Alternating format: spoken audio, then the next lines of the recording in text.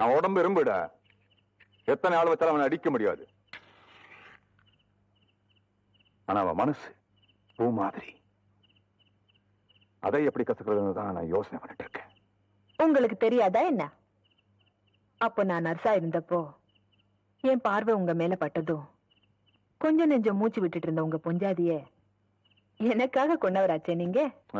பழைய கதையெல்லாம் கலர்ற மச்சான். பழசோ புதுசோ இப்ப அடிபட்டு வந்து நிக்கிறது நானு. இதுக்கு என்ன பண்றது? டேய் நீ போடா. உங்க மச்சானுக்கு மனசுல அடிபட்டு இருக்கு. அதுக்கு என்ன மருந்து போடணும்னு எனக்கு மட்டும்தான் தெரியும்.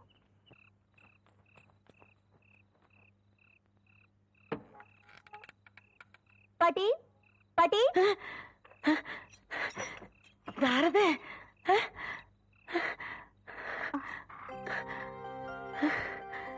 என்ன பாட்டி அப்படி பாக்குறீங்க? நான் தான் வடிவு. அது தெரியுது ராசாத்தி. இந்த நேரத்துல எதுக்கு வந்த? உங்க அப்பனுக்கு தெரிஞ்ச உன்னை வெட்டி போட்டுருவானே. நீயே போய் சொல்லிடுவ போல இருக்கே. எங்க அப்பனுக்கு ஏன் தான் இப்படி பயப்படுறியோ? இந்த பையன் இன்னைக்கு நேத்துக்கு வந்தது இல்ல அத்தா. என்னைக்கு என்ற பொண்ணை உங்க ஒப்பன் கையில பிடிச்சு கொடுத்தனோ அன்னைக்கே ஆரம்பிச்சிருச்சு. பாவி மக உங்க ஒப்பன் கொடுமை தாங்க முடியாம பாதியிலேயே போய் சேர்ந்துட்டா.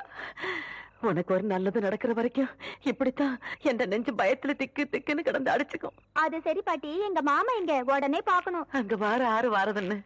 மாமா மாமா, நீங்க பஞ்சாயத்துல சரியா தீர்ப்பு சொல்லணும்னு உச்சிமலை பிள்ளையாருக்கு பூஜை பண்ணிட்டு வந்தேன். அதான் இது. ஐயோ, எங்க அப்பனுக்கு தெரிஞ்சா என்ன கொன்னே போட்டுருவாரு. வரேன் பாட்டி, வரேன் மாமா. இந்தம்மா நீ தனியா போற. இது செய்யறது எல்லாம் பார்த்தா கொக்கால பாக்குற மாதிரியே இருக்குதுய்யா. வளர்றது வேற இடமா இருந்தாலும் ஓடுறது நம்ம ரத்தம் ஆத்தா.